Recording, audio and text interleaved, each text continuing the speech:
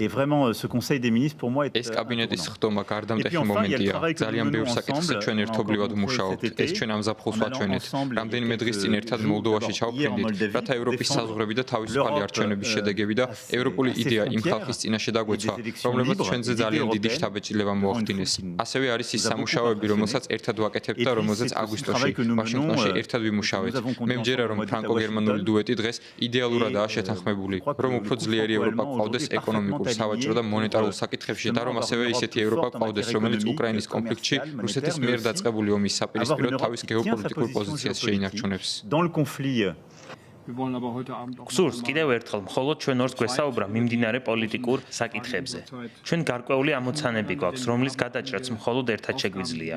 სამწუხაროდ ამ გამოწვევებს შორისაა რუსეთის მიმდინარე ომი უკრაინის წინააღმდეგ. ჩვენ დღეს ეს საკითხი იმის გათვალისწინებით უნდა განვიხილოთ, რომ პრეზიდენტ ვოლოდიმირ ზელენსკისა და პრეზიდენტ ვლადიმერ პუტინს შორის შეხვედრა არ შედგება. ეს ეწინააღმდეგება იმას, რაზეც პრეზიდენტი ტრამპი და პრეზიდენტი პუტინი გასულ კვირას შეთანხმდნენ. როდესაც ჩვენ ყველა ერთად ვაშინგტონში ვიმყოფებოდით.